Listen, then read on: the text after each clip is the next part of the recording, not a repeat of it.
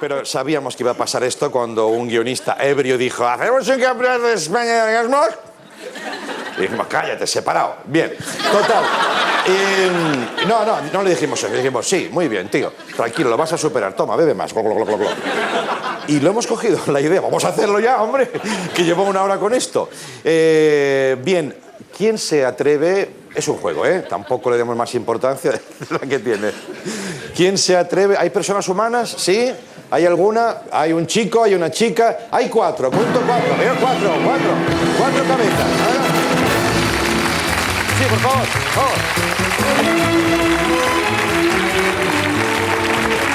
Muchas gracias.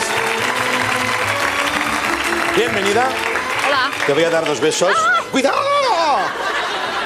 Nena, que es un concurso en solitario, ¿eh? Hola. ¿Cómo te llamas? Montse. Montse, venga. Adelante, Montse. Quiero recordar que hay un premio importante que todavía no puedo decir, pero lo hay, ¿eh? No, esto no es baladí tampoco. ¿Has visto que cogí más bonito, Montse? Sí, bien. Venga, Montse.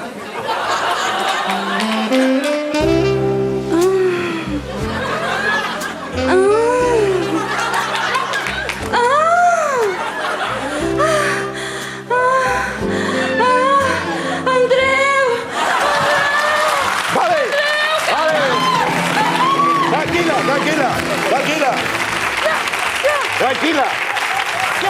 Muy bien. Muchas gracias. Muy bien. Gracias, Montse.